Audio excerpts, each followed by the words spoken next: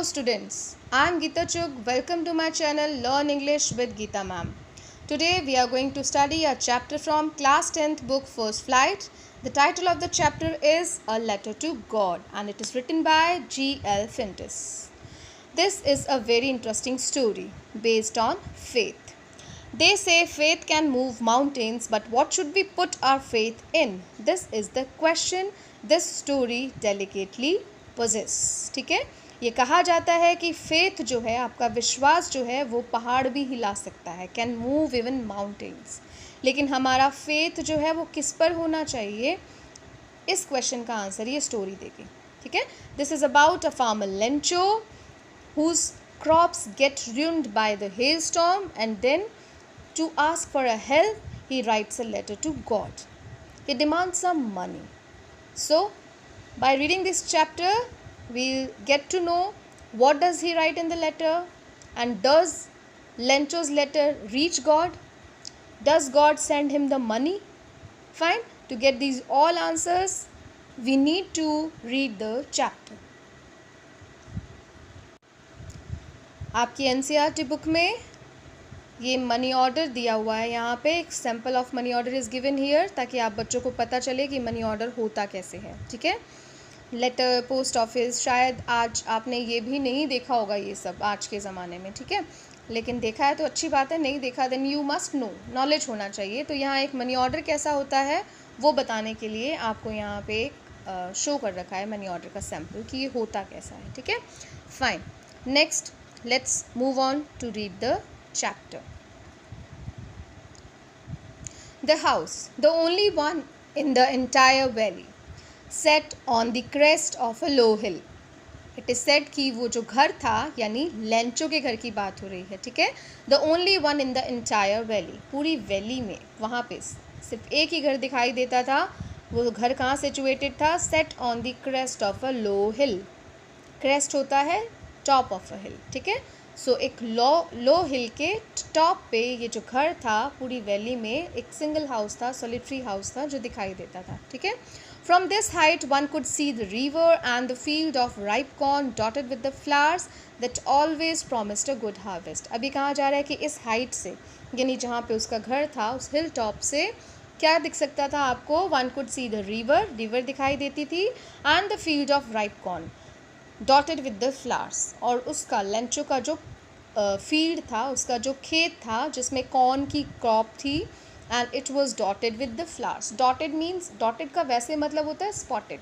ठीक है, लेकिन यहाँ पे आप डेकोरेटेड भी कह सकते हो. ठीक है, जो बहुत सुंदर लग रही थी, जिस क्रॉप के ऊपर फूल खिले हुए थे. ठीक है, that always promised a good harvest, और ये इतना सुंदर लग रहा था कि ऐसा लगता था इसको देख के कि बहुत अच्छी हार्वेस्ट होने वाली है.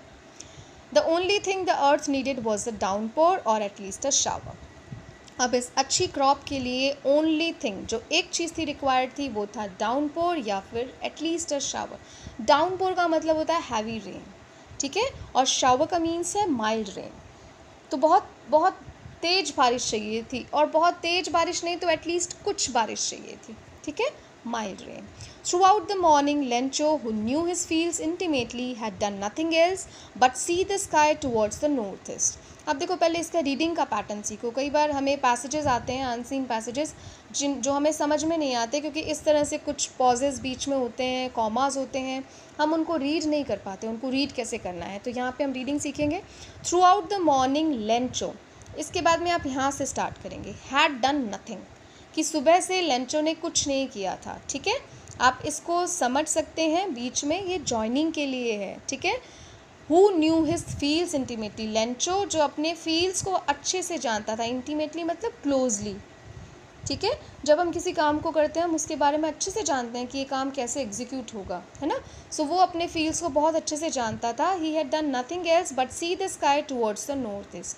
तो ये कहा जा रहा है कि थ्रू आउट द मॉर्निंग, की सुबह से वो क्या कर रहा था? वो बस नॉर्थ ईस्ट की तरफ, स्काई की तरफ देख रहा था, जहाँ से उसको हवा के साथ में रेन क्लाउड्स आने की उम्मीद थी. ठीक है, now we are really going to get some water women, और उसको ऐसा लग रहा था उस तरफ देख के कि इस बार सम वाटर का मतलब रेन से है. यहाँ पे कुछ रेन तो हम डेफिनेटली पाने वाले हैं. women यहाँ पे may be he is addressing to his wife. The woman who was preparing supper replied, yes, God willing. अब जो woman जो खाना बना रही थी उसने रिप्लाई किया कि God willing, कि भगवान की मर्जी. The older boys were working in the field while the smaller ones were playing near the house. तो यहाँ पे ये फार्मर के बच्चों की बात हो रही है कि उसके जो बड़े बच्चे थे, बड़े लड़के थे, वो फील्ड में काम कर रहे थे और छोटे घर के पास में खेल रहे थे. Until the women called to them all. तब तक खेल रहे थे, जब तक काम कर रहे थे, जब तक कि उस लेडी ने उनको आवाज़ नहीं लगाई. किस लिए? कम फॉर डिनर, खाने के लिए. अब डिनर का एक सिनोनिम आपने यहाँ पे देखा, सपर. ठीक है. It was during the meal that, अब खाने के दौरान क्या हुआ ये बताया हुआ. ठीक है. That just as Lencho had predicted big drops of rain began to fall. अब ये देखिए इसका रीडिंग का पैटर्न फिर से चेक करते हैं. It was during the meal that, कहाँ से स्टार्ट करेंगे? कॉमा के बाद से. Big drops of rain began to fall. इस तरह से हमें रीड करने में हेल्प मिल जाती है. To make out sense easy हो जाता है हमारे लिए, बहुत ईजी हो जाता है मैं कहूँगी. ठीक है. तो वो कह रहे हैं कि खाने के दौरान क्या हुआ कि रेन की बड़ी बड़ी ड्रॉप्स जो हैं वो गिरने लगी, जैसा कि लेंचो ने प्रिडिक्ट किया था, जैसा लेंचो ने अनुमान लगाया था. In the north east huge mountains of clouds could be seen approaching. अब उसने ह्यूज माउंटेन्स ऑफ क्लाउड्स बोला है. क्लाउड्स के माउंटेन होते हैं क्या? नहीं होते हैं, है ना. लेकिन उसने कंपेयर किया है ना, उनकी ह्यूजनेस को कंपेयर किया है माउंटेन से, कि बहुत बड़े बड़े बादल. ठीक है. पहाड़ के जैसे बड़े बादल. Mountains of clouds could be seen approaching. Approaching means coming nearer. The air was fresh and sweet, क्योंकि क्लाउड्स थे, क्लाउड्स के समय मौसम बहुत सुहावना हो जाता है, हम बोलते हैं ना. तो वो वही कह रहा है कि the air was fresh and sweet. The man went out for no other reason than to have the pleasure of feeling the rain on his body. अब वो मैन जो अंदर आया हुआ था खाना खाने के लिए, वो बाहर गया फॉर नो अदर रीज़न, किसी और वजह से नहीं, बल्कि to have the pleasure of feeling the rain on his body. ये कई बार क्वेश्चन में पूछ लिया जाता है आपसे. ठीक है. ऑप्शंस 4 ऑप्शंस आपको मिल जाएंगे, उसमें से आपको सही ऑप्शन जो ये वाला है ये आपको टिक करना होगा. तो वो बाहर गया क्योंकि वो रेन की जो ड्रॉप्स हैं उनको अपनी बॉडी पे फील करना चाहता था, उस खुशी को वो महसूस करना चाहता था. And when he returned he exclaimed, these aren't rain drops falling from the sky, they are new coins. और वो इतना खुश हुआ, खुशी में अंदर आके वो एक्सक्लेम्ड, मतलब वो थोड़ा ज़ोर से वो बोला, these aren't rain drops falling from the sky, कि खाली ये बारिश की बूंदें नहीं हैं, दे आर न्यू कॉइन्स. अब उसने न्यू कॉइन्स क्यों बोला है? कॉइन्स तो सबको पता है सिक्के होते हैं. न्यू कॉइन्स मतलब जो नए पैसे उसको मिलने वाले हैं. ठीक है. The money he would be getting by selling out the crops. ठीक है. These the big drops are 10 cent pieces and the little ones are 5. ठीक है. सेंट जो है ये कॉइन्स के लिए यूज़ किया है, करेंसी है. तो वो कह रहे हैं कि जो बड़ी ड्रॉप्स हैं उसको उसने 10 का जो कॉइन होता है उससे कंपेयर किया, और छोटी ड्रॉप्स को 5 के कॉइन से. ऐसा क्यों? बड़ी ड्रॉप सर्टेनली उसको हेल्प करने वाली थी. उसने बोला ना कि एक डाउन पॉट चाहिए, हैवी रेन चाहिए, नहीं तो फिर कम से कम माइल्ड रेन चाहिए. तो बड़ी जो रेन ड्रॉप्स हैं वो डेफिनेटली क्रॉप को ज़्यादा फ़ायदा करने वाली हैं, तो इसलिए उसने उनको 10 के कॉइन से कंपेयर कर दिया, और छोटी ड्रॉप्स को 5 के कॉइन से. ठीक है. With a satisfied expression he regarded the field of ripe corn with its flowers draped in a curtain of rain. Draped का मतलब होता है कवर्ड. अब सेटिस्फैक्ट्री एक्सप्रेशन था उसके फेस पे, और उसने रिगार्ड करना, उसने अज्यूम करना शुरू कर दिया अपने फील्ड को, राइप कॉर्न के फील्ड को और उसके फ्लावर्स को, कि बहुत जल्दी ही रेन की जो बोलते हैं ना, ड्रेप मतलब ऐसे कवर विद अ शीट होता है, किसी चादर से ढका हुआ. ठीक है. तो यहाँ पे किस चीज़ की चादर की बात हो रही है? Curtain of rain. वो अज्यूम करने लगा अपनी फील्ड को बहुत अच्छी बारिश से कवर्ड हुआ. ठीक है. But suddenly a strong wind began to blow and along with the rain very large hail stones began to fall. Hail stones होते हैं ओले, जिसे हम कॉमन लैंग्वेज में ओले बोलते हैं. ठीक है. तो वो ये कह रहा है कि बहुत अचानक से क्या हुआ कि एक बहुत तेज़ हवा बहने लगी, and along with the rain, बारिश के साथ बड़े बड़े हेल स्टोन्स जो हैं वो गिरने लगे. ठीक है. These truly did resemble new silver coins. तो उन हेल स्टोन्स को देख के ऐसा लग रहा था कि जैसे नए चांदी के सिक्के हैं वो। ठीक है, चांदी के सिक्के क्यों बोला आप? To see the brightness of the hail stones. ठीक है, फ्रोज़न जो होते हैं उनकी ब्राइटनेस को देख के उसने उनको न्यू सिल्वर कॉइन्स बोला। The boys exposing themselves to the rain ran out to collect the frozen pearls. अब बताइए इसको कैसे पढ़ेंगे? कॉमा है बॉयज़ के बाद में, कॉमा टू कॉमा पढ़ेंगे। द बॉयज़ रैन आउट, अब बच्चे जो थे वो भी घर से बाहर आ गए। To collect the frozen pearls, सबको अच्छा लगता है ना वो इकट्ठे करना। फ्रोज़न पर्ल्स यहाँ पे बोला है उन्हीं हेल स्टोन्स को। ठीक है, फ्रोज़न मीन्स जो जमे हुए थे, है ना। पर्ल्स मोती की तरह जो चमक रहे थे, राउंड शेप भी होती है उनकी। तो वो बोल रहा है कि उन फ्रोज़न पर्ल्स को कलेक्ट करने के लिए बच्चे exposing themselves to the rain, मतलब खुले में बारिश में आ गए और कलेक्ट करने लगे। It is really getting bad now exclaim the man. अब उस मैन ने बोला कि बहुत बुरा हो रहा है। I hope it passes quickly, उसने होप किया कि जल्दी से जल्दी ये सब कुछ निकल जाए, गुजर जाए, ख़त्म हो जाए। It did not pass quickly, लेकिन ऐसा नहीं हुआ। For an hour the hell rained on the house, इसी तरह से ओले बरसते रहे, ओलों की बारिश होती रही। कहाँ? On the house, the garden, the hill side, the cornfield, on the whole valley, हर जगह। The field was white as if covered with salt. आपने कभी देखा हो ऐसा फील्ड, प्रैक्टिकली देखा हो या कभी टीवी में देखा हो कि कैसे जब बहुत ज़्यादा हेल स्टोन्स गिरते हैं तो एक ज़मीन पे जैसे एक चद्दर बिछ जाती है, एक वाइट लेयर बन जाती है ना। सो वो कह रहे हैं कि ऐसे लग रहा था कि पूरी फील्ड जो है वो वाइट हो गई है और ऐसे लग रहा था कि जैसे सॉल्ट से कवर कर दिया हो फील्ड को। Not a leaf remained on the trees, जो ट्रीज थे बड़े बड़े उन पे भी एक लीफ तक नहीं बची थी। The corn was totally destroyed, और उसका कॉर्न क्रॉप था वो पूरी तरह से डिस्ट्रॉय हो गया था। The flowers were gone from the plants, gone means they were also destroyed. Flowers नहीं बचे थे अब प्लांट्स पे। Lencho soul was filled with sadness, Lencho का जो सोल है, उसकी आत्मा कह लो, उसका मन कह लो, पूरी तरह से दुख से भर गया था। When the storm had passed, he stood in the middle of the field and said to his sons. अब जब वो स्टॉर्म चला गया तो वो फील्ड के बीच में खड़ा हो गया और अपने बच्चों से कहने लगा। क्या कहा उसने? देखिए इस पिक्चर में दिखाया हुआ है, वो फील्ड के बीच में खड़ा है जहाँ चारों तरफ डिस्ट्रक्शन दिखाई दे रहा है। ट्रीज़ के ऊपर लीव्स नहीं है और उसका फील्ड जो है ये पूरी तरह से डिस्ट्रॉय हो चुका है।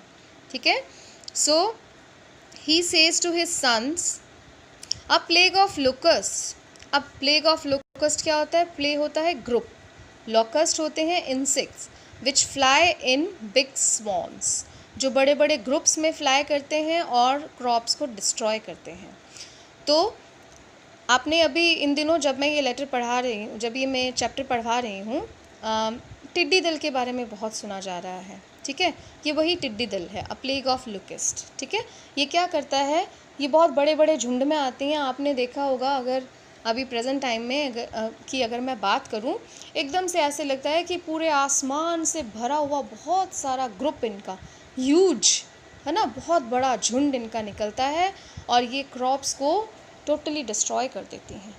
ठीक है, क्रॉप्स को खा जाते हैं ये लोकस्ट। ठीक है, तो वो ये कह रहा है कि अ plague of locust would have left more than this. वो कह रहा है कि अगर लॉकस्ट का ग्रुप भी आ गया होता तो उसने भी इतना डिज़ास्टर नहीं किया होता, उसने भी मोर देन दिस छोड़ दिया होता, इससे कुछ ज़्यादा ही छोड़ा होता हमारे लिए। लेकिन इस हेल स्टॉर्म ने तो सब कुछ ख़त्म कर दिया। The hail has left nothing, कुछ नहीं छोड़ा है। This year we will have no corn, इस साल हमें कोई कॉर्न नहीं मिलने वाला है। That night was a sorrowful one, all our work for nothing.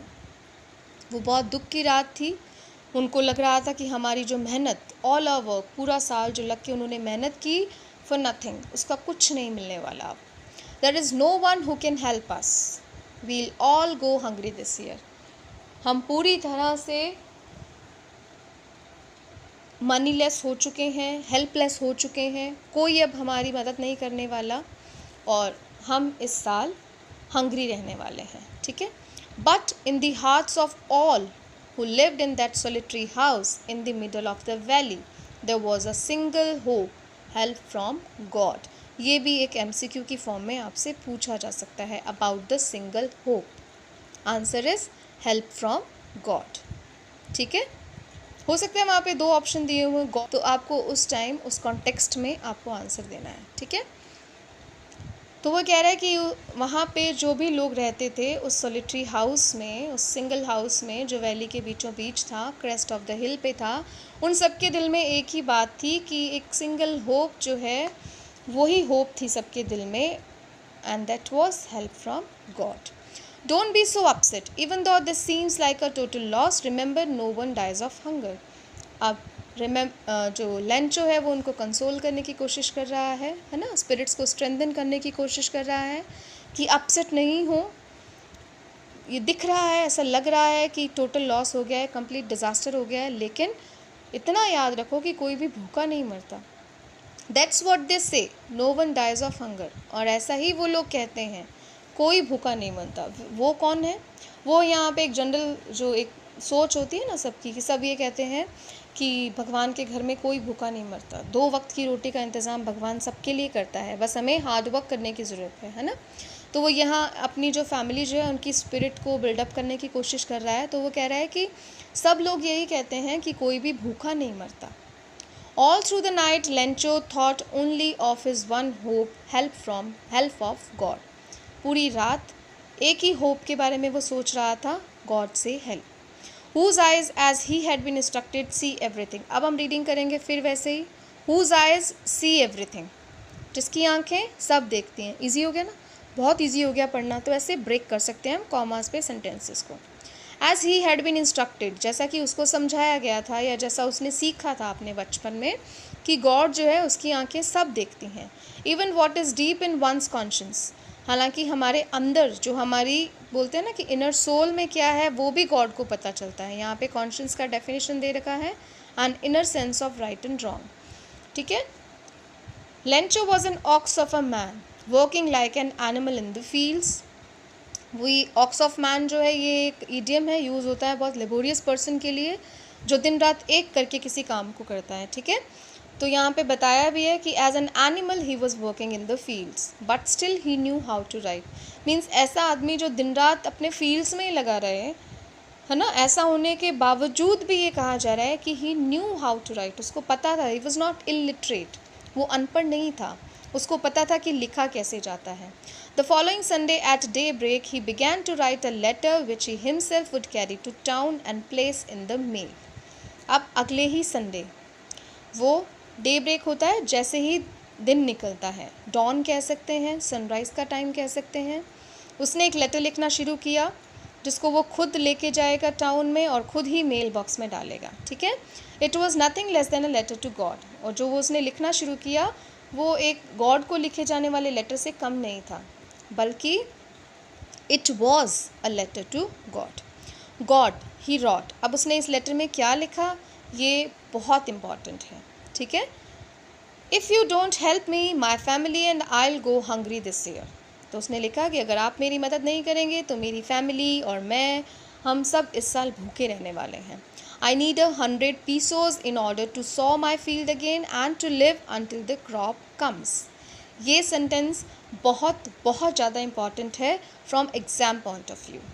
ठीक है, स्टार मार्क कर लीजिए इसको, आप इसको ध्यान रखेंगे।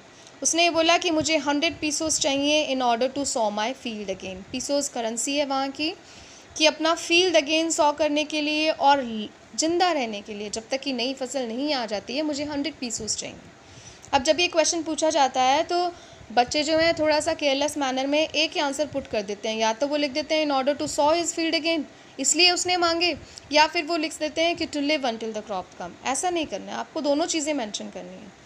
If it is asked that why did he ask for 100 pesos, है ना, then you have to write he asked for 100 pesos in order to sow his field again and to live until the crop comes. ठीक है, because the hell storm. अब इसके बाद में writer ने continuation का मार्क किया है, क्योंकि हमें सबको पता है, रीडर्स को अच्छे से पता है कि हेल स्टॉर्म ने कैसे उसकी पूरी कॉर्न क्रॉप को डिस्ट्रॉय किया। He wrote to God on the envelope. अब एनवेलॉप के टॉप पे जो हम लिखते हैं रिसीवर का नाम, तो वहाँ उसने टू गॉड लिखा एड्रेस में। Put the letter inside and still troubled. अभी भी वो ट्रबल्ड था, कन्फ्यूज्ड था। Went to town, and went to town सीधा पढ़ सकते हैं, स्टिल ट्रबल्ड, ये उसका स्टेट ऑफ माइंड है, ठीक है। At the post office he placed a stamp on the letter and dropped it into the mail box. अब वो पोस्ट ऑफिस गया, उस पर स्टैम्प लगाया और फिर उसके बाद में उसको मेल बॉक्स में लेटर को ड्रॉप कर दिया। One of the employees, who was a postman and also helped at the post office, went to his boss laughing heartily and showed him the letter to God.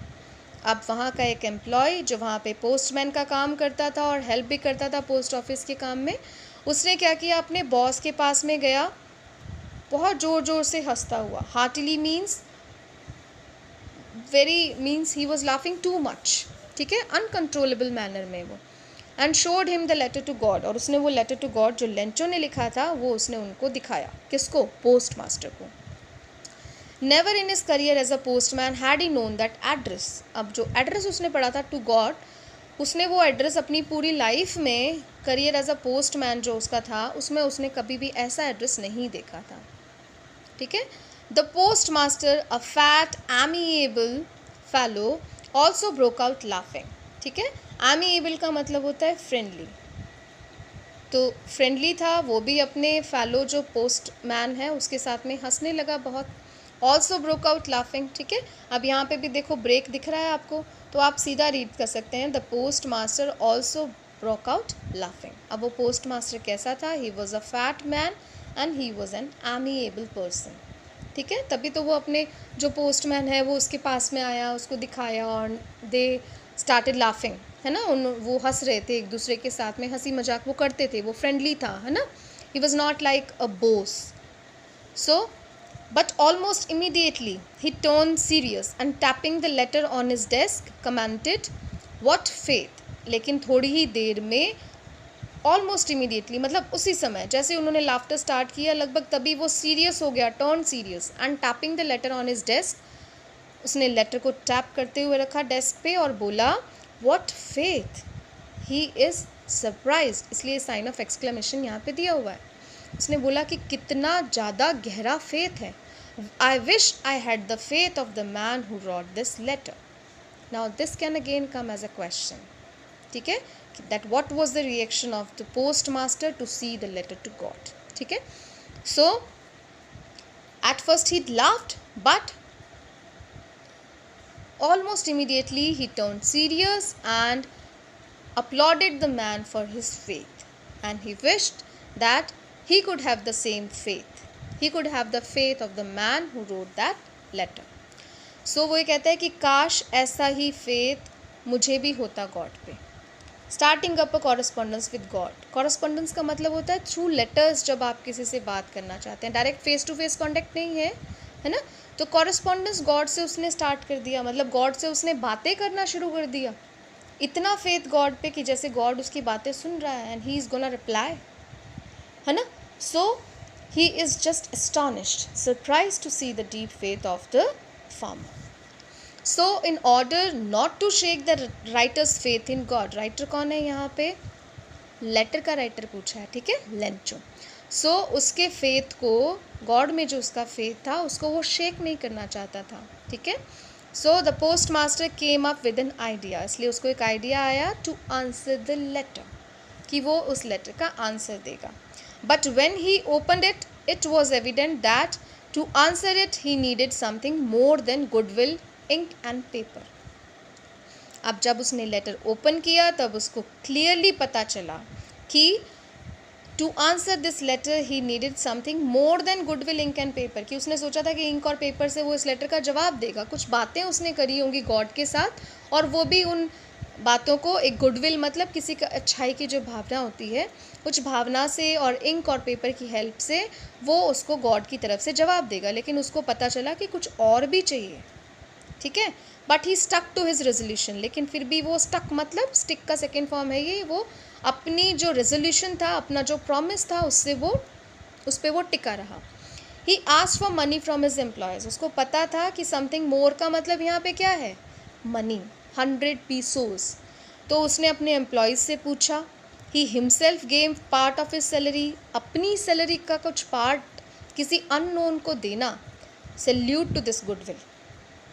Undoubtedly the man was really God like, ठीक है। And several friends of his were oblige to give, means उसको भी convince किया गया उसके कुछ friends को to give something for an act of charity, charity के लिए, इस एक्ट के लिए कुछ कंट्रीब्यूट करने के लिए उसने कुछ लोगों को साथ में जोड़ा। ठीक है, आपको अच्छे से ध्यान रखना है कि किन किन लोगों ने कंट्रीब्यूट किया। The post master gave some part of his salary, है ना, he asked for money from his employees, then some of his friends were asked to give some part for the act of charity. सबका role आपको ध्यान रखना है। It was impossible for him to gather together the 100 pesos, एक साथ, gather together का मतलब है कि एक साथ इकट्ठे करना, जमा करना। 100 पीसो उसके लिए इम्पॉसिबल लग रहा था। So he was able to send the farmer only a little more than half, मतलब 50 पीसोस, 100 पीसोस मांगे थे ना, more than 50 pesos, more than half, यही मतलब हुआ, वो भेज पाया उस फार्मर को। ठीक है, he put the money in an envelope address to Lencho, अब उसने उस पर लेंचो का एड्रेस लिख दिया और वो मनी जो है उस एनवेलप में डाल दी। ठीक है, with it a letter containing only a single word as a signature, God, और फिर उसने नीचे कुछ नहीं लिखा, एक सिंगल वर्ड था गॉड, ताकि उस पर्सन को, लेंचो को ये लगे कि डायरेक्टली गॉड की तरफ से ये आया है। The following Sunday, Lencho came a bit earlier than usual to ask if there was a letter for him. अब जो कमिंग संडे था, फिर लेंचो गया, थोड़ा जल्दी चला गया, जब वो यूजुअली जाता था उससे थोड़ा जल्दी चला गया वो वहाँ पूछने के लिए कि क्या उसके लिए कोई लेटर आया है। It was the postman himself who handed the letter to him, while the postmaster, experiencing the contentment of a man who has performed a good deed, looked on from his office। अब यहाँ पे भी आपको commas दिख रहे हैं ना, comma को स्किप करेंगे हम। ठीक है, हम कनेक्ट करके पढ़ेंगे कैसे, देखो। It was the postman himself who handed the letter to him, यहाँ तक हो गया कि पोस्टमैन खुद था, यानी जिसने वो कलेक्ट किया था ना लेटर लेंचो का, उसने ही हैंड ओवर किया इस गॉड की तरफ से लिखे हुए, एक तरीके से गॉड की तरफ से लिखे लेटर को उसको। ठीक है, वाइल द पोस्ट मास्टर, अब पोस्ट मास्टर क्या कर रहा था, looked on from his office, सिर्फ उसको देख रहा था ऑफिस से। अब देखिए पोस्टमैन का जो कर्टसी है ना, कि वो अपना हाईलाइट नहीं करना चाहता था वो अपने कंट्रीब्यूशन को, इसलिए वो खुद नहीं गया वहाँ पे लेंचो को लेटर देने। He did not right anything, he did not speak anything, simply उसने उसी पोस्टमैन को वो दे दिया और उसको बोला कि you just give this envelope to Lencho. ठीक है, एक्सपीरियंसिंग द कंटेंटमेंट, जो वहाँ से देख रहा था वो क्या फील कर रहा था, एक्सपीरियंस कर रहा था कंटेंटमेंट को। कंटेंटमेंट होता है सेटिस्फेक्शन, संतोष, खुशी। ठीक है, ऑफ अ मैन, एक ऐसा आदमी जो कंटेंटमेंट जो फील करता है, who has performed a good deed, जब कोई अच्छा काम करते हैं तो उसको एक कंटेंटमेंट फील होता है ना, एक संतुष्टि फील होती है, तो बस वो उसी कंटेंटमेंट के साथ में देख रहा था उनको अपने ऑफिस से। ठीक है, Lencho showed not the slightest surprise on seeing the money, अब लेंचो ने तो ज़रा सा भी सरप्राइज नहीं दिखाया पैसा देख के, नॉट द स्लाइटेस्ट मतलब बिल्कुल भी नहीं, क्योंकि उसको फेथ था ना कि गॉड तो डेफिनेटली पैसे भेजने वाले हैं, तो मनी को देख के उसको तो बिल्कुल भी सरप्राइज नहीं हुआ। सच वॉज हिज कॉन्फिडेंस, ऐसा उसका विश्वास था, कॉन्फिडेंस था उसको। But he became angry when he counted the money, लेकिन जब उसने पैसे काउंट किए तब वो गुस्सा हो गया। God could not have made a mistake, उसका ये क्लियर स्टेटमेंट था कि भगवान गलती नहीं कर सकते। Nor could he have denied Lencho what he had requested, ना ही वो मना कर सकते हैं लेंचो को वो देने से जो उसने उनसे रिक्वेस्ट किया था। Again it becomes a question, ये क्वेश्चन बहुत बार पूछा जाता है कि why did Lencho get angry to receive the letter from God. ठीक है, because when he counted the money he found the money less than he had asked for. ठीक है, and he thought that God could not have made a mistake, and nor could he have denied Lencho what he had requested, so he was angry। अब वो angry था तो उसका anger किसके लिए था। Immediately Lencho went up to the window to ask for paper and ink, immediately उसने window पे गया और पेपर और इंक मांगा। On the public writing table होता है एक पोस्ट ऑफिस में, वहाँ पे वो गया। He started to write with much wrinkling of his brow, wrinkling of his brow या आईब्रोज जो हैं, जब गुस्सा आता है तो यहाँ पे टाइटनेस आ जाती है ना, तो रिंकल से बन जाते हैं। तो ये बोल रहा है कि अपनी रिंकलिंग ऑफ हिज ब्रो, देखो यहाँ पे जो राइटर ने यूज़ किया है दैट इज़ इमेजरी, इमेज बना दी उसने उसके फेस की, एंग्री फेस की। This is called writing. खाली हम ट्रांसलेशन नहीं कर रहे हैं, हम बहुत सारी चीज़ों को सीख रहे हैं साथ साथ, and this is learning. Translation करने से इंग्लिश नहीं आएगी, ट्रांसलेशन करने से हमारा कुछ सेल्फ बिल्डअप नहीं होने वाला है। चीज़ें कैसे प्रेजेंट की गई हैं उसको देखने से, उसको समझने से हमें कुछ अटेन होने वाला है, ठीक है। सो he started to write with much wrinkling of his brows caused by the effort which he had to make to express his ideas. अब वो जो रिंकल हो रहा था उसके फेस पे, वो उसका रीज़न बता रहा है कि उसको बहुत एफर्ट लग रहा था अपनी बात को लिखने में। When he finished, he went to the window to buy a stamp which he licked and then affixed to.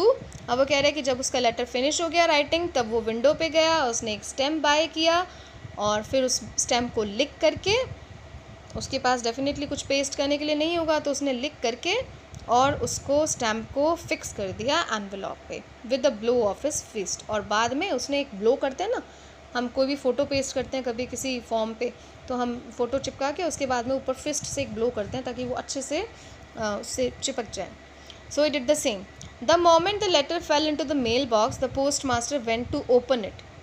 अब जब लेटर मेल बॉक्स में चला गया, सेकेंड लेटर लेंचो का, तो जो पोस्ट मास्टर है वो उसको पढ़ने के लिए वो फटाफट से वहाँ पे गया। अब उसमें क्या लिखा हुआ था? It said God of the money that I ask for only 70 pesos reached me. अब वो कह रहा है कि गॉड, जो मनी मैंने पूछी थी, मांगी थी, उसमें से मुझे सिर्फ 70 पीसोज मिले हैं, ठीक है। सेंड मी द रेस्ट, अब मुझे बचे हुए पैसे दे दो। मतलब कितने बच गए? 30 पीसोज और बच गए। Since I need it very much, क्योंकि मुझे इसकी बहुत ज़रूरत है। But don't send it to me through the mail. अब वो कह रहे हैं लेकिन लेटर के थ्रू मत भेजना, पोस्ट ऑफिस के थ्रू मत भेजना, because the post office employees are a bunch of crooks. This is the irony of this chapter, ठीक है। उसने पोस्ट ऑफिस के एम्प्लॉयज़ को बोला बंच ऑफ क्रूक्स, धोखेबाज बोला उन्होंने। Group of the people who cheat others, ठीक है। बंच यहाँ पे ग्रुप के लिए यूज़ किया है, तो उसने लास्ट में अपना नाम लिखा लेंचो, ठीक है। This is the irony. जब पोस्ट मास्टर ने वो लेटर पढ़ा होगा, उसके ऊपर क्या इंप्रेशन पड़ा होगा, ये भी आपसे पूछा जाता है एग्ज़ाम में, ठीक है। आपने एज्यूम करना है अपने आप को पोस्ट मास्टर की जगह, उसके बाद ही आप परफेक्टली आंसर दे पाओगे।